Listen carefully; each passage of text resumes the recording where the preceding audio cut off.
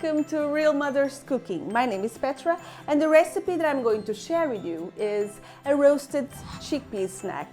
And is a healthy snack, of course, to replace the others that normally we eat when we have a barbecue, for example, and we have a drink with friends. But of course, the kids love it also, and my kids also sometimes have it, but most of the times I replace by healthy ones. And as a parent, we should teach our kids to eat well. And that's why I'm going to share with you this recipe today. And you can do with a lot of things, but this time in this recipe I put lemon juice, garlic, paprika. Well, you can see along the video how I did it. And I hope you enjoy it because it's really, really tasty. And I see you next week and I can say bye.